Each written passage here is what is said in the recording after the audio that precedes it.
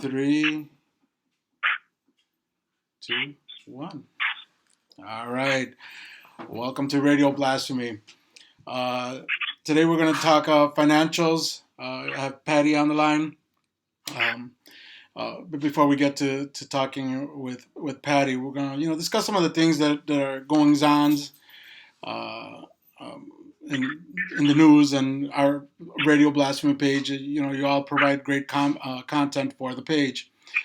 So before we talk finances, let's talk about there's I'm seeing that there's a lot of people uh, kind of becoming non-believers of the current crisis.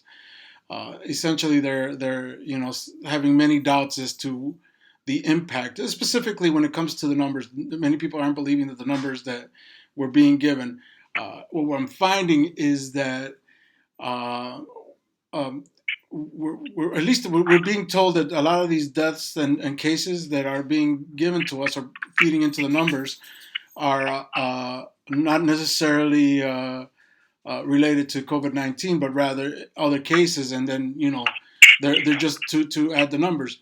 What's interesting about that is I read an article where if you're diagnosed or if you're categorized as a COVID-19 patient, what'll happen is the U.S. government is paying you 39,000 to each the medical institution. So there's a profit to be made there, as opposed to you know you walk in off the street with the regular flu, and the hospital's not getting paid. So there's a financial gain there, which is can boost those numbers if you consider that. And it's very interesting, and it's sad that our medical experts. Well, I don't know if it's sad. It's all about financial gain at times. Um, but it is what it is. That's the current world we're living in. So we'll have to deal with it. Um, there's a home rent. I posted this article today about a home rent strike. You know what? I'll save that for later. We'll use that as a gateway into talking about the financials, because I think we're going to cover that briefly. Um, uh, I don't know if any of you got to see. Um, Hey, Mikey, what's up? If you got to see they're sending droids or drones up into the air in certain cities in New Jersey to spy on us, essentially to keep us indoors, to make sure that we are obeying the shelter in place. I don't know. I feel like that's infringing on some of our rights. As of now, if you're going to do that, call it martial law. Call it what it is. That way we can, at least be prepared for it. But don't say that you're going to do something for our own good, because essentially you're taking some of our rights away by putting these things up in the air and spying on us. Not cool. I know you can always argue that it's for our own goods. Any of you that know, and I've already preached this, that I'm a libertarian. As a libertarian, we believe that if you're gonna do yourself in, do yourself in. Have a blast while doing it. Hey, what's up, Jose? Um, so yeah, it's up to me if I wanna go out there and catch a disease or whatever it is that it's a liberty, if you will. Somebody also posted about Grubhub. That was me again. I'm on my page a lot. There where it's great that we're all supporting these small businesses, but what's happening is these apps that are out there. They're charging these huge commission rates to deliver their food. So how are the restaurants benefiting? You're just getting somebody that's a middleman, a mediator, and having food delivered to your doorstep, and they're profiting sometimes 20-30% of that total tab. I mean, you're going to McDonald's, you're getting a $10 meal, and you wind up paying $30 for it just because you don't want to leave the house. And I get it. That's taking advantage of a situation. Granted, it's capitalism, and we have a choice, but obviously we're choosing to do these things. So what do you do? Um, um, I'm, uh, there's I don't know if any of you have got to see I posted it again. What Dr. Shiva comments with respect to the approach to the administration's approach to this whole scenario. Dr. Shiva's seems like a lot of what he says is making sense. Not everything, but you become well rounded and more informed as you take in more information. So you kind of have paint a broader picture of what our current situation is. Be informed. It's look it up.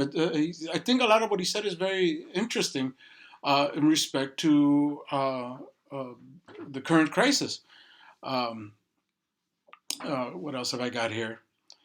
Uh, Anybody see the power plant go down? The Crawford plant, the stack came down. That was essentially imploded, brought to the ground, and you saw the plume go several miles.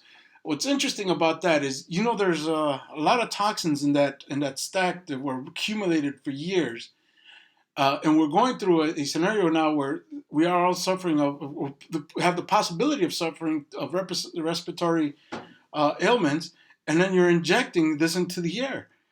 Very irresponsible on our local government. There's a petition going around. Sign it. It's at the very least, let them know, let them be aware of what they are doing to us. It's not cool. Um, a lot of people are um, avoiding the news. I think we're kind of sick and tired of every day. We're being bombarded by everything, and sometimes it seems repetitious. To me personally, I'm going to interject and say this is uh, uh, personal. That it's tiring. It's like, give us crucial information. Don't put yourselves on TV for the sake of putting yourself on TV. I think the media is doing a horrible job or a great job of scaring us. They're putting fear into us, and as they're putting fear into us, they're keeping us at home, which causes this divide. People saying, well, listen, we got to build up our immune system. Vitamin D is in the sun. We need to get that, but if we stay indoors, we're not developing that immune system, and we're developing problems. um, there was getting back to plagues. We as human history has evolved, this is not the first plague, and it seems like we are not learning from previous plagues. They this is it's been 100 years since the last major one, but over the last decade or so, there has been many scares, SARS and what have you, and yet we have not evolved enough to the point where we have sufficient protection. We can land on the moon. We can send rovers out to Mars. We have gone beyond our galaxy, but you got a microbe in the air that is being passed on that it can't be eradicated. Uh, Given the conspiracy theory side of myself, is like, it has to be really. Is there really a bigger agenda there, and what is it? I know we all the naysayers are like, you know don't believe it, but what is the at the end of the day, what is the agenda? Why do this? Many are saying it's economic. Many are saying a million other things, but um, uh,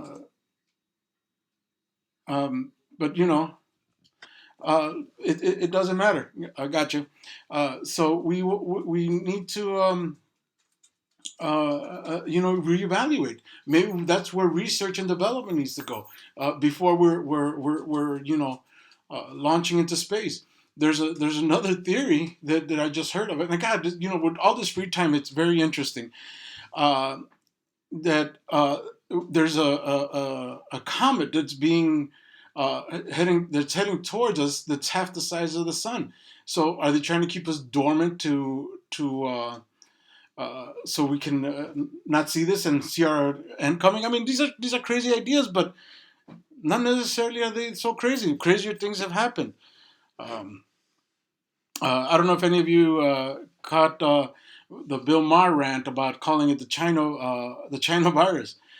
Not usually a big fan of his. Sometimes he leans too hard in one direction or another. It's just sometimes, but he was on point. Call it what it is. Don't.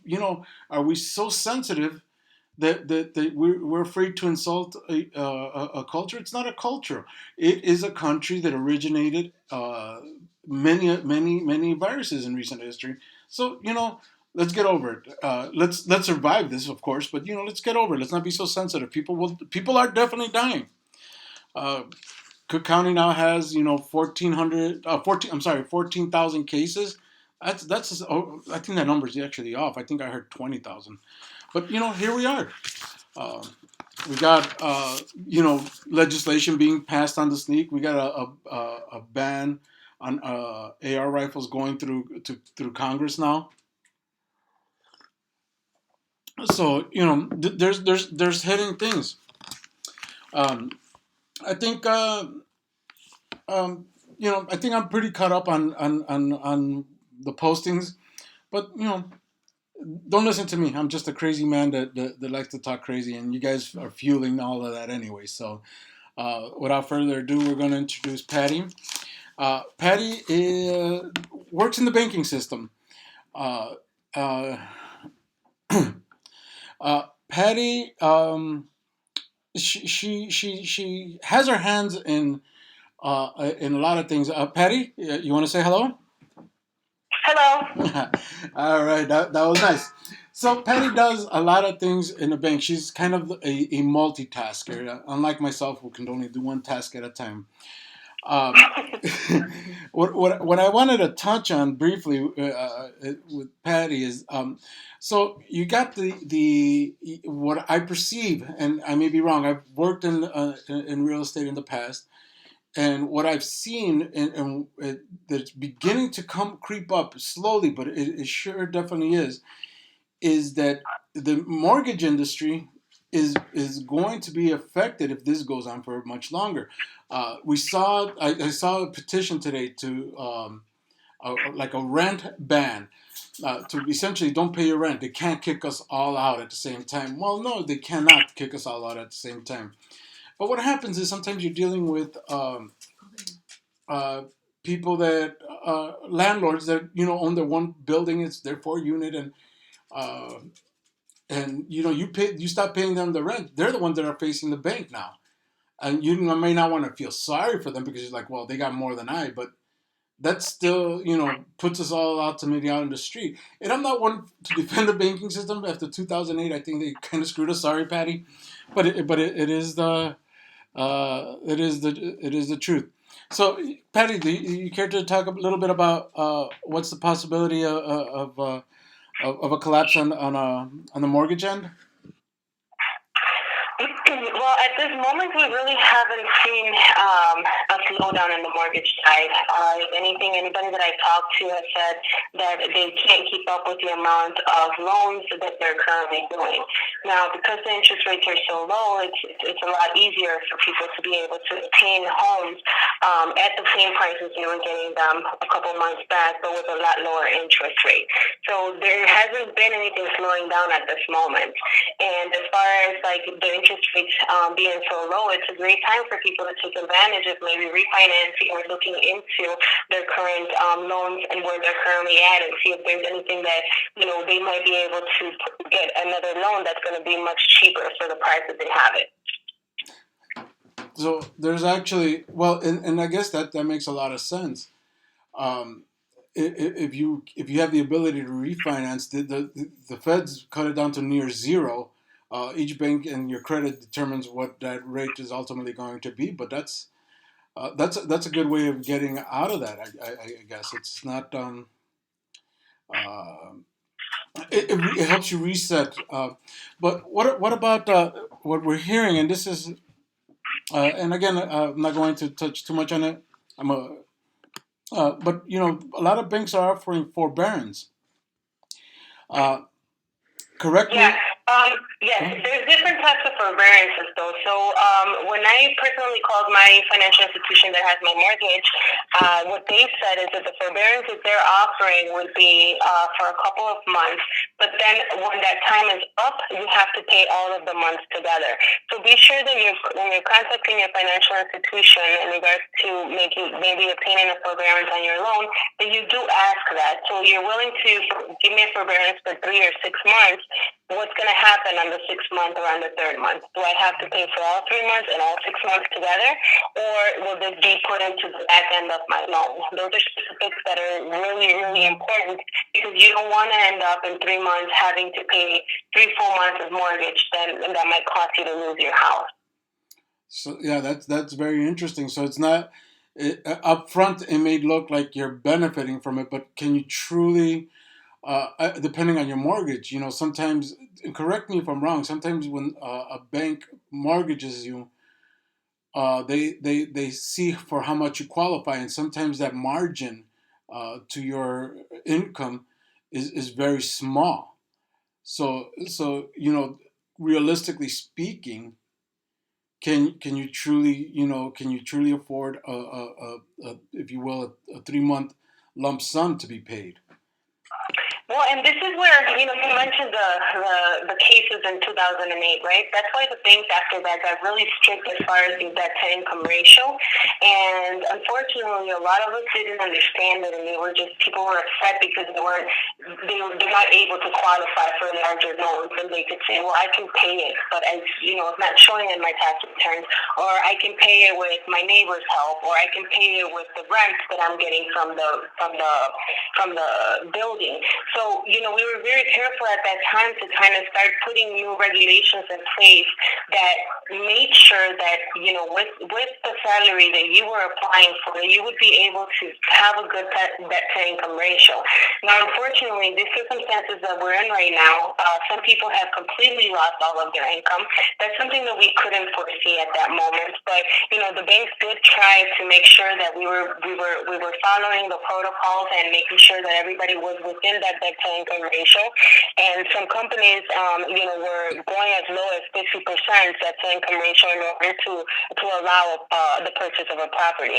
So there was a lot of more stipulations that were put in at the time of purchasing, and more requirements for a person to be able to acquire some real estate to help them in case that they had some type of foreseen event.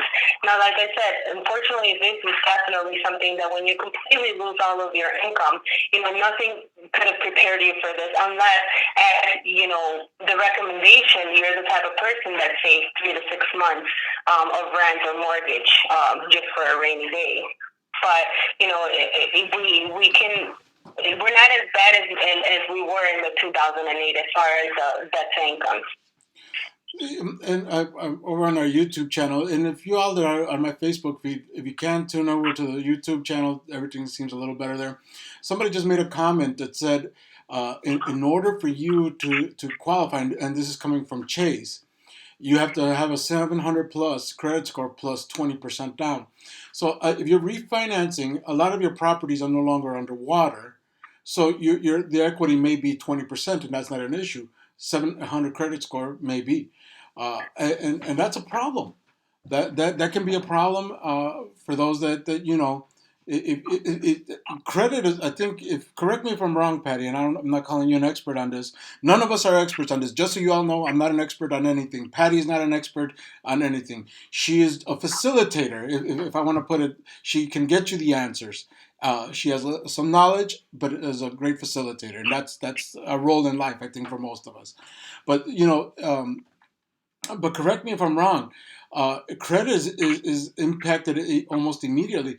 For if you lost your job, let's say we're in what, week 4 of this now, and Mm-hmm. some of those bills begin to fall off. The credit agencies are being report. I'm assuming that you're being affected negatively already. So when that begins to happen, it becomes considerably more difficult to finance. And I understand that you kind of look at a long credit history as opposed to short term. But nonetheless, sometimes if you can't get past that FICO score, what happens then? So we have to kind of remember that credit is looked as a behavior, right? We can kind of see what type of behaviors you have in place, and it shows your character as far as how you are at paying back what you borrow, right? Now, when your credit starts getting affected is when you make a late payment after 30 days. If you made a late payment that was more than 30 days, you'll get a check mark on your credit. Now, fortunately, right now there's a lot of help out there when if you call the financial institutions and you let them know that you have been affected due to the recent COVID situation, they have a lot of programs and they're able to work with you. Now, some credit cards companies I know that have gave forbearances and they're not asking you to pay it up front once the forbearance ends. So it's super important to be able to communicate with those that you have any outstanding loans with, just so that they know what's going on. But you have to reach out and kind of ask for the help. It's not going to just automatically go into your account. So if at this moment you find yourself that you're unable to make those payments, or you have to choose between purchasing food or your basic necessities and making your payments on your loans, my recommendation would be to just contact the financial institutions and let them know that you're having a difficult time, and then they will tell you what kinds of programs they have in place to assist you. But don't wait until it's too late, because once you wait after the 30 days, then you are starting to scratch up your credit, and that's just going to make it even worse later on. Okay. Yeah, and she's absolutely correct. So that's a great bit of information for all of you that are listening to take heed and reach out to these financial institutions. Um, I know some of us feel, and I'm gonna throw myself in that, we're almost anarchistic in this belief that, you know what, the world's coming to an end, and should you even care? Maybe that's not the right attitude to have, and this is why I bring people like Tony that I brought in last week, and I brought Paty on today, so we can have uh, a sense of direction in these times. Who knows how we're going to come out on the other end of this? Because nobody knows. It's a great mystery. But at the very least, this is advice to take day by day as we're currently going through this, which is in itself not bad advice. Um, And you so know what? I think that in our communities, the lack of information is was detrimental to our financial health. I think myself, coming from Mexican descent, my family, I always thought how it was kind of like, where we're living day to day, and once we start getting out of that mentality and start planning for the future and thinking about the tomorrow, then it's when you're going to be able to make better decisions, because you might be in a tight spot right now. But if you don't think about the problem at this moment and look for a solution, then by the time it catches up to you, it's going to be much bigger, and you're not going to be able to get out of it as easy as it would have been had we planned around it and use the tools and all of the resources that are available. Like I said, there's a lot of financial institutions that are making sure that we help everybody that we can, and it's just I feel like a lot of people are starting to be frustrated because they kind of see little information here and little information there and feel that they don't qualify for these type of grants or the type of help that's being out there. But, don't stop at that. Keep asking questions. Look at the situation that you're currently in, and then try to look for a solution. There might be something out there that will help you get on your feet quicker. So I think you pointed something out that is very true. Um, in our community, we do truly lack information, and I know I can speak for myself. When I was younger, being raised in the household that I was raised in, we didn't search for information. We didn't, and I'm gonna say it for lack of a better term, we didn't know any better. And we grew up that way. We grew up in a where you kept enough money in a bank to cash a check, and everything else was stuffed in a mattress. That's some depression era type of thinking. our parents, for many of us, we're first generation, and this is not the to think. What I like to think that this is what I'm offering here in this podcast is I'm trying to help become a vessel uh, to inform our people. For most of the time, I'm kind of, it's a lot of jokes and giggly, but this is a very serious time. So each one of them, uh, uh, you know, I'm sorry, I lost my train of thought. Y'all that have already been fans, I do this all the time. I'm horrible that way. My mind works faster than my than my mouth. But I was saying that uh, provide this information to our parents. Our parents are older. We I don't know if we even discussed this earlier, but retirement funds, way of putting that money away so it's accessible to us. If we ruin our credit at this point in our lives, what happens to us when we're older? We're stuck in a basement apartment at somebody's mercy, and that's a horrible way to live. But we need to correct that. We need to change that. I can't rely on our children to take care of us, because I think sometimes that's the mentality. Let our children take care of us. So I guess those are very good things to think about. So all of you that are thinking, I think we'll do a whole other mortgage uh, uh, podcast. But I think, Patty, that was some very nice broad strokes there to kind of give people a concept of what they should be doing, specifically reaching out to their institutions. I think that was the most important message there. Um, but we're going to move on here. Something else that I wanted to discuss, and this is kind of this hits home to me. We're going to talk about the SBA loans that are being offered. Patty works with those, and I'm going to talk about my personal um, experience with them, and then I'll let Patty take over, which will give you. I'm going to talk more of the con, while she'll talk the benefits of it. So for me, as many of you may or may not know, I've had to close my doors to due to this crisis. But what some of you may feel bad and say, "Oh my God, that's horrible," but for us, it was actually the better move to close. Uh, and the reason we had to close is one, uh, you can't pay a rent, you can't pay a mortgage, you can't pay these things when there is no revenue being generated. Unfortunately for us, we had a contract come up, and we made the decision to say we can't continue to pay. If this lasts 1 month, we can get away with it. 2 months, you start to push. 3 months. Not only that, but then you have employees on staff, plus you got utilities and so forth.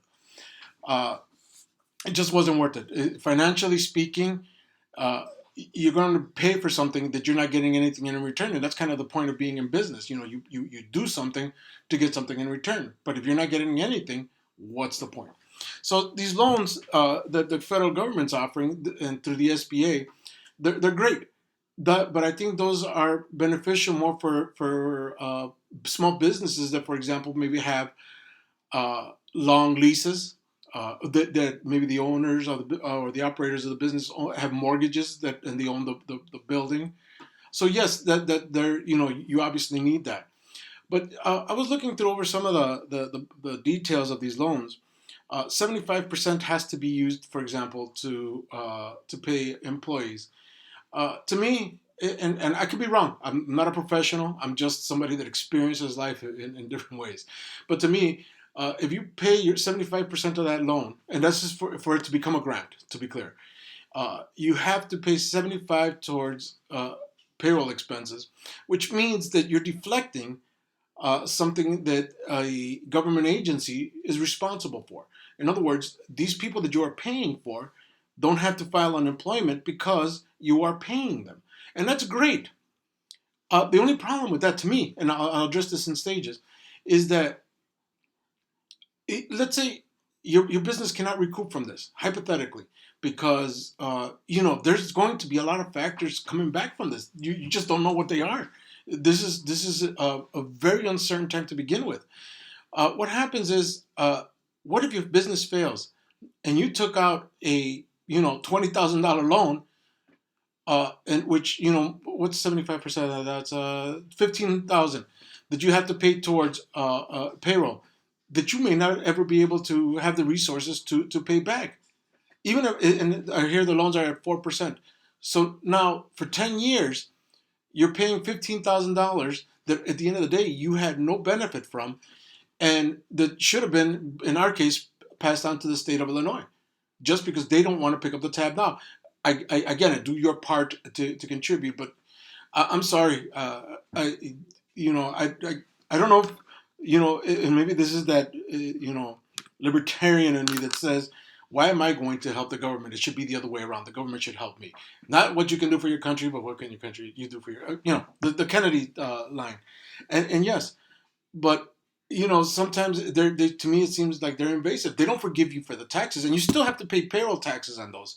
Interestingly enough, so if you are not aware, that's about 30% that goes into payroll taxes. So where's the benefit to you as a small businessman? I'm thinking, I'm paying payroll taxes, and then on top of that, that's you have to pick up your end, which becomes increasingly difficult.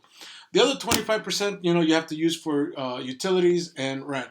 So if your business fails, you're on the hook. What I saw also is you have the loan amount is going to be for 2.5% uh, um, of the payroll amount, and I believe it's for a 2-week period or 4-week period. You could correct me on that one when you open it up for you, Patty. But you're supposed to pay an 8-week payroll, which is like nowhere that loan amount would still not be enough. Assuming that we can go back to work May 1st, it's still sketchy. So already there's some deviations from that. But that's where you're looking at these things. Again, so as a small business owner, I didn't see the benefits. I didn't really apply. Uh, Unemployment is about 6 million is what the last number that I heard, which is a very high number. Uh, I'm hearing from a lot of people, or I'm seeing a lot of that, specifically to my industry, that they're not receiving benefits. They're getting denied week after week. So what's going to happen?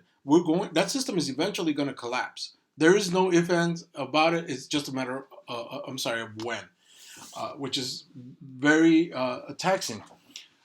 Um, what's going to happen when you have no revenue whatsoever? You've exhausted your savings. Now you're in a world of trouble. The world as we know it will become very different, at least for each particular individual, depending on their circumstance. So, Patty, I'm gonna give you the floor. Talk to us about the pros of these SBA loans. See if one last thing, which I find very interesting. So, a couple of years ago, I went to Chase to get a small business loan as I wanted to expand my business. And I was just told straight boldly, and I don't know how much of this is true. Maybe they just didn't feel like dealing with us. That this was particular to Chase. They are reconciling their business loans and will not be making business loans to small businesses. That if you wanted a business loan, your best bet was to go through the SBA, which I found very interesting. And now, what I find interesting is banks like Chase are brokering these loans, which is like, isn't that counter to what you told me a couple years ago? Now I expect you to show leniency. And I'm gonna ask you one last question before I give you the floor, Patty, and just address it. What is the costs associated? And this is the only thing wasn't sure with applying for these loans. For example, closing costs. Are you being charged points at the bank? That sort of deal. What is it costing the consumer to take these loans? And with that, Patty, go ahead.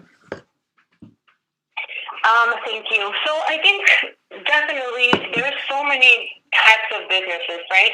I think right now in our economy, a lot of these businesses that are suffering the most is unfortunately the service businesses. And in a city like ours, service is the number one lead in the small businesses. So this is really going to depend, and it's got to be a personal decision that you're going to make as a business owner, and it's based on your business longevity and your business plans. We cannot, nobody can actually tell you what is the right decision for you to make, what is the right loan, if this is good for you or not. This is going to have to be based on, like you did, right? You decided that based on where you were currently at, you had to close, and it was the best option for you. Now, the Small Business Administration is working with Congress with the CARES Act. The CARES Act is called, it's a program and initiative in the coronavirus aid, relief, and economic security. So shortened to CARES.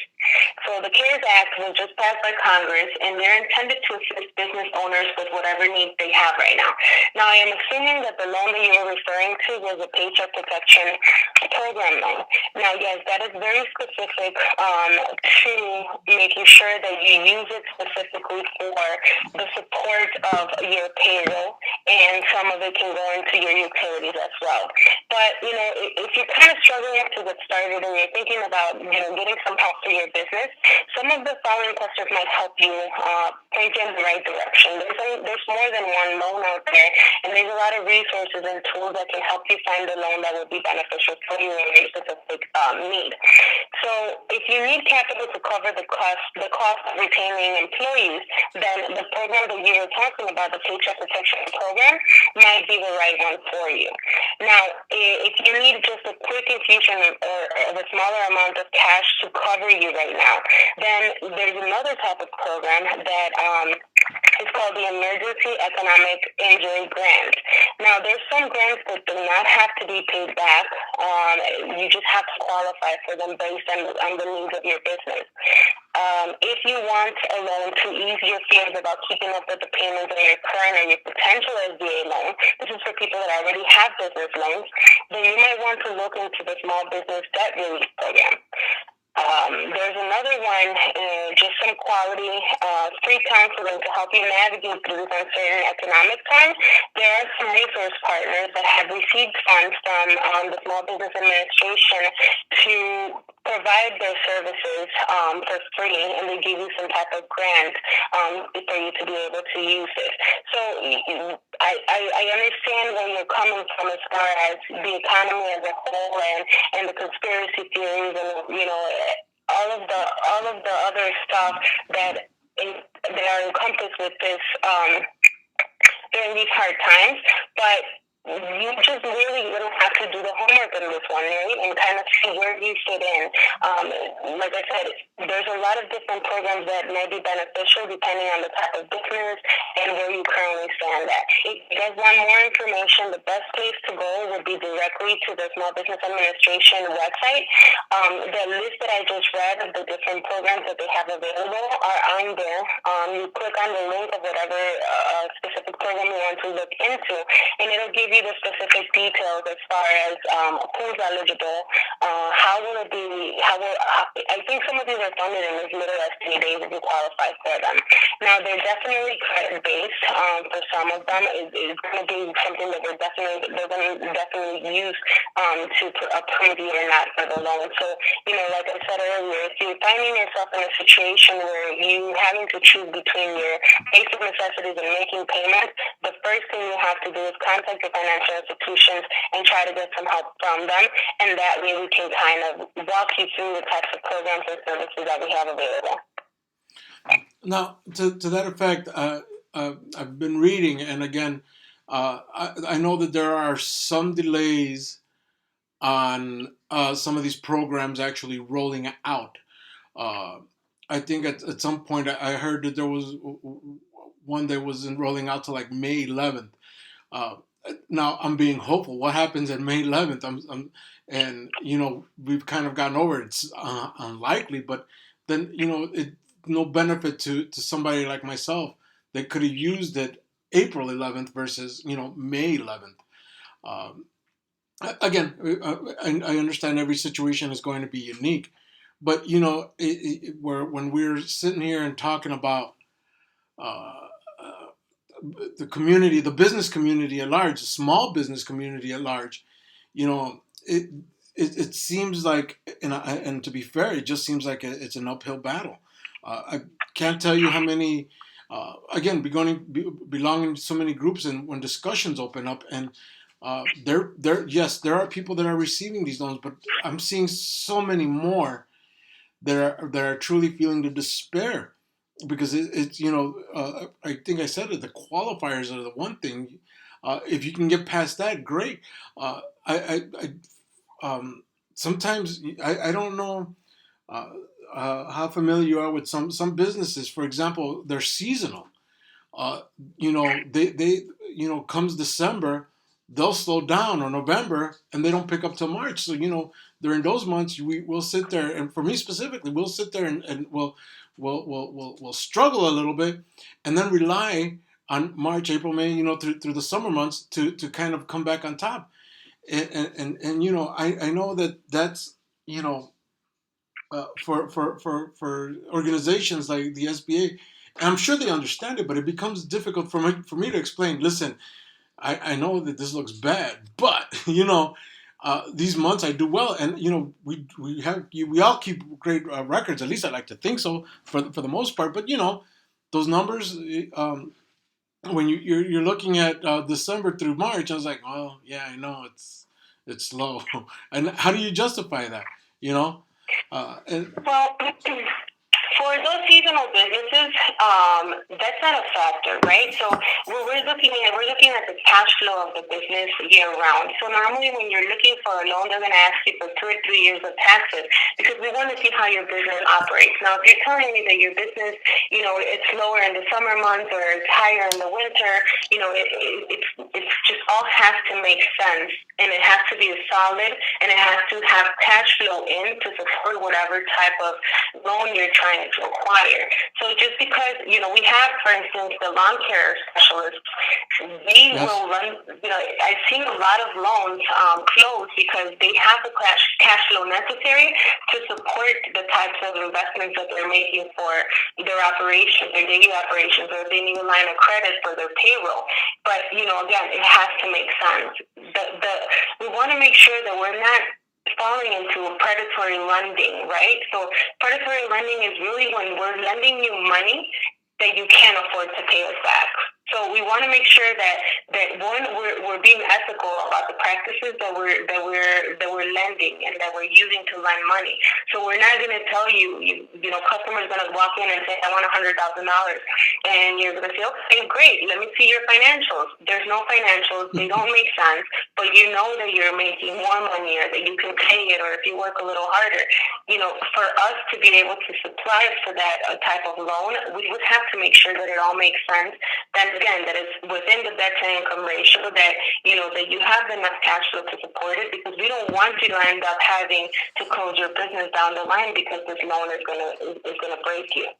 So we have to kind of look at every single aspect of the lending, what it takes to pay it back, and what it takes for us to give it for the institutions to be able to provide those loans.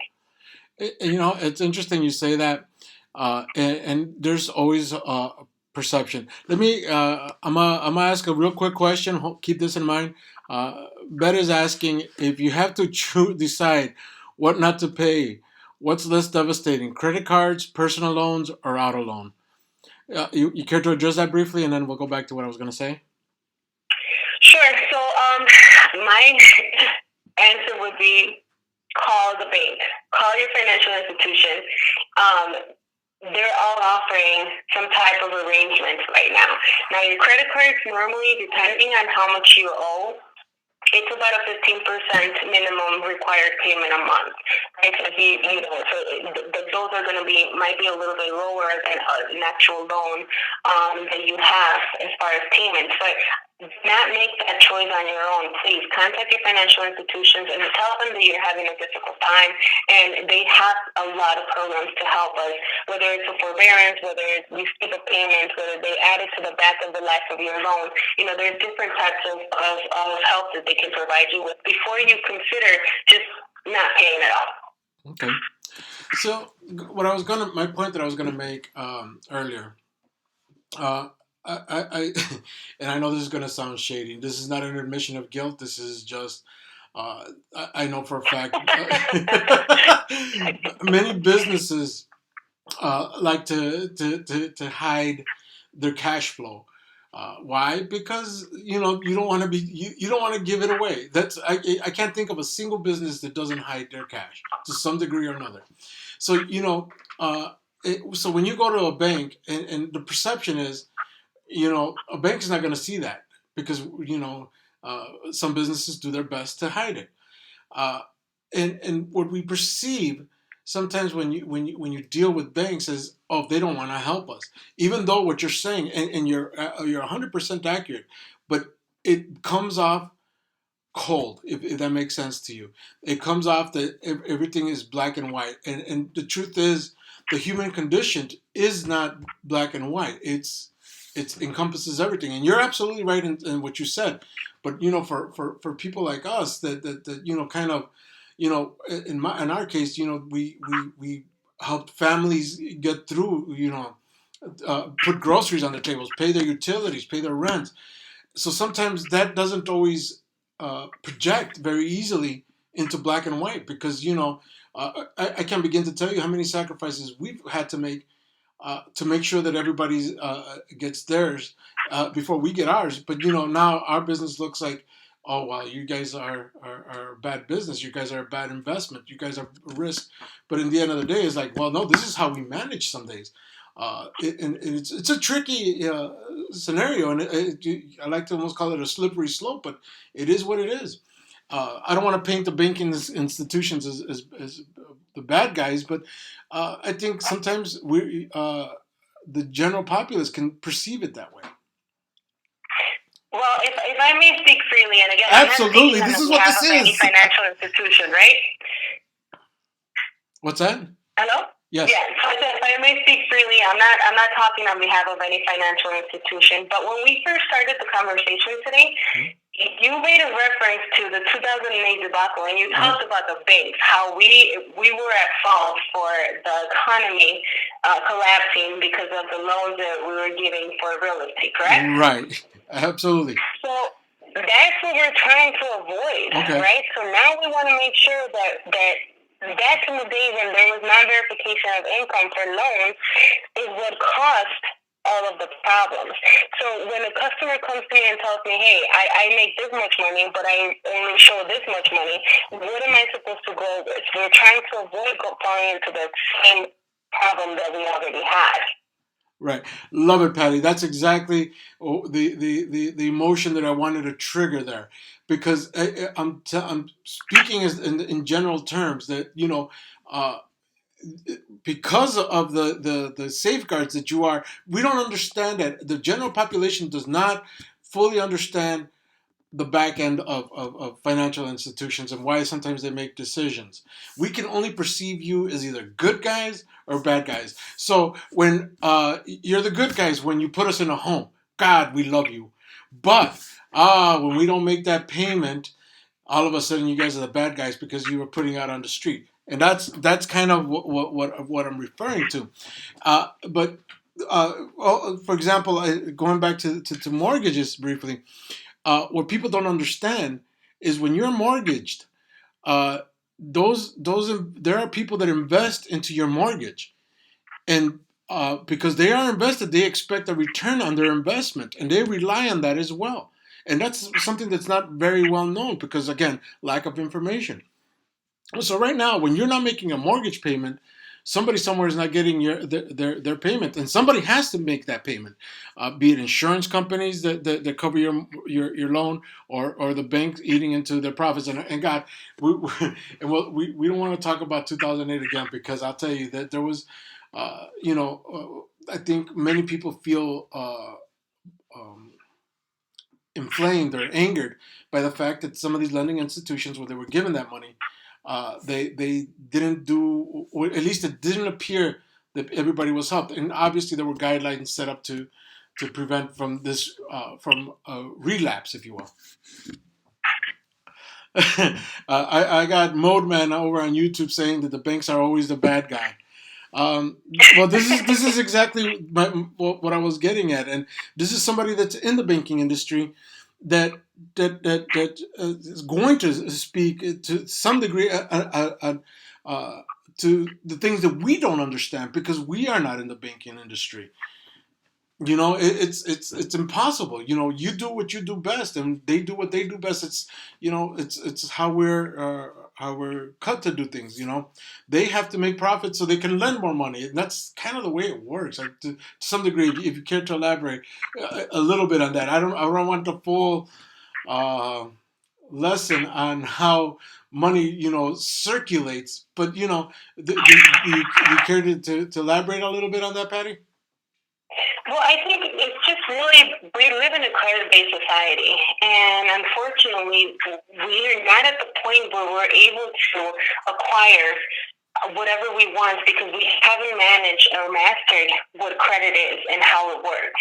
And a lot of times, again, we go back to the lack of information and the lack of knowledge on that aspect, right? So now, when I was in high school, I didn't know what credit was. Nobody ever taught me in high school. Right now, what we're trying to do is we're trying to do a lot more financial literacy by going to schools, to not-for-profit organizations, to churches, to talk about our communities, to teach our communities about how this credit-based society works, so that by the time they're getting out of high school, they don't already have bad credit. Because unfortunately, that's what we really see in our communities, and that's already, you're coming off in the bad, with a bad, on the bad side, and it's already going to be harder for you to be able to catch up to the game when you need to buy a car, when you need to buy a house, or even just get student loans for college. So even though I feel like a lot of people resent the way the credit works, we have to really adapt to it, right? In order to be able to obtain the things that we want. You want to buy a house. It's the American dream, right? To purchase a house and to live comfortably. But how can we do that if we don't know how the system works and we're just working against it all the time? So we have to, at one point, just take a stand and kind of see, okay, what do I need to do to understand how this works, to get in the right path? And there's a lot of companies that have gone up, and if you notice, they're normally in our communities, that help you clean credit, that help you fit credit, that teach you about credit. But they're making a lot of money out of people that are already struggling, out of the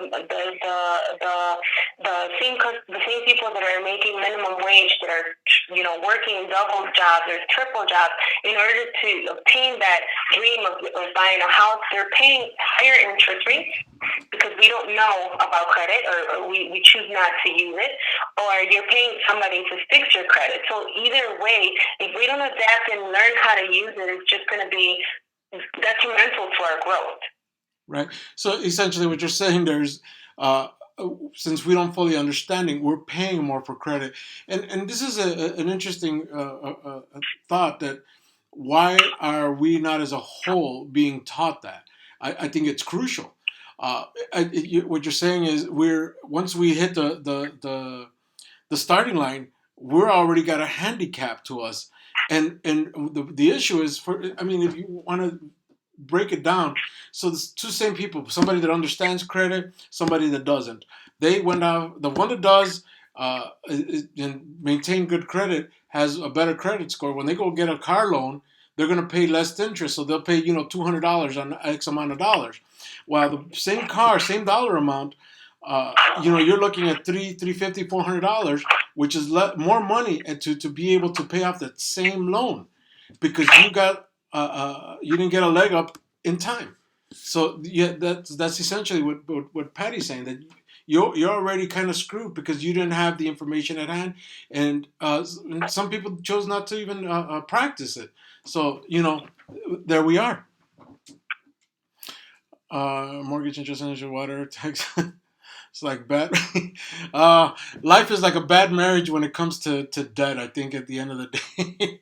uh, um, um, any last words, Patty? I think this was great. I hope that everybody walks away with something from here.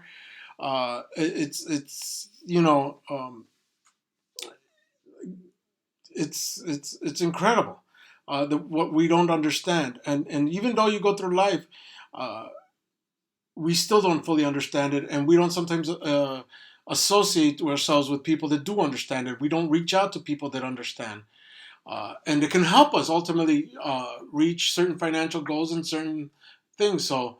Uh, I think we're at least I'd like to think that this will be a vessel to help people start getting it going in that direction. Patty, any last words? Yeah, I just really want to just make this really clear for everybody. Don't suffer alone. Everybody's going through something, and I think that on a daily basis we go to work. We work long hours to make that money, right? And thinking about losing it all and having everything that you've worked so hard at risk can definitely be really harmful for our mental health, and our physical health as well. So don't suffer through this alone. If you have any type of loans, any credit cards, anything that you're having difficulty paying, please reach out to your financial institution. You know, they have all these programs that are put in place. It's not just you going through this; it's everybody's going through some type of financial struggles right now. So voice your pains and try to find some solutions. If you guys need some help, more resources, feel free to reach out to me. If I don't have the answers, because there's a lot of them that I don't have, obviously, I will definitely try to connect you with somebody who can, and we'll try to find some help some way. But just number one, if you got anything out of this today, and I hope you guys did, just feel free to call your financial institutions and ask for the help that you need. Beautifully put, Patty. We'll post a link to the Facebook to the Radio Blasphemy page, and we'll just contact Patty through that link, and we'll go from there. Uh, Patty, I really appreciate your time today, and we'll talk soon. Thank you, guys. Thank you. We'll talk. Bye. All right. I hope you all walk away with something from here. I know that these are probably lectures that you've all heard before, but it is uh, it's important that sometimes we take heed to them. Even as a grown man, sometimes I don't. I think I choose to ignore them. Maybe a little lack of professionalism, a little lack of what have you. Um, little bit of fear. I think financial fear. I'm gonna probably use that term. That it's a little bit of financial fear and a lot of uncertainty because you just don't know. Um, but as always, I think this was a great podcast. Share with your friends. Share with as many people as you know. I don't necessarily care for this to be a popular a podcast. I want people to become informed. There will come a time where yes, this will be a little more entertainment, some information. We'll discuss more into details of conspiracy theories, and I'll bring other people that really like to dwell in that. But for those that tuned in, I really appreciate it. The podcast seems to be growing. Thank you all so much for that.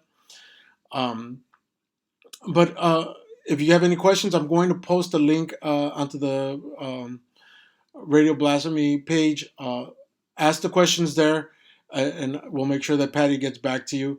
If you want to contact her directly, you could direct message me there, and I'll put you through to her. Same with Tony from Friday for the insurance stuff. He's still offering that $2,000 certificate, and you don't have to do anything. Just reach out to him. The link is up on our page. Um, Once again, thank you all so much for tuning in. Take care of yourselves. Stay safe. Uh, Stay in for now. We'll talk about those that choose not to, but stay safe for now. I appreciate you all. Thank you.